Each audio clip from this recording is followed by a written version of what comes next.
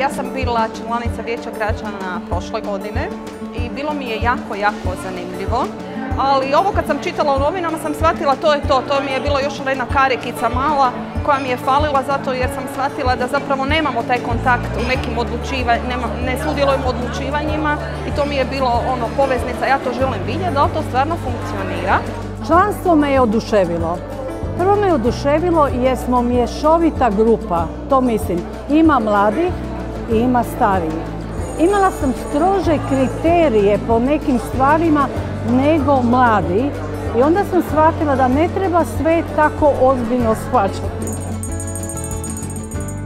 Projekti su me oduševili, kompletni svi projekti i oni koji možda su ostali negdje na začelju.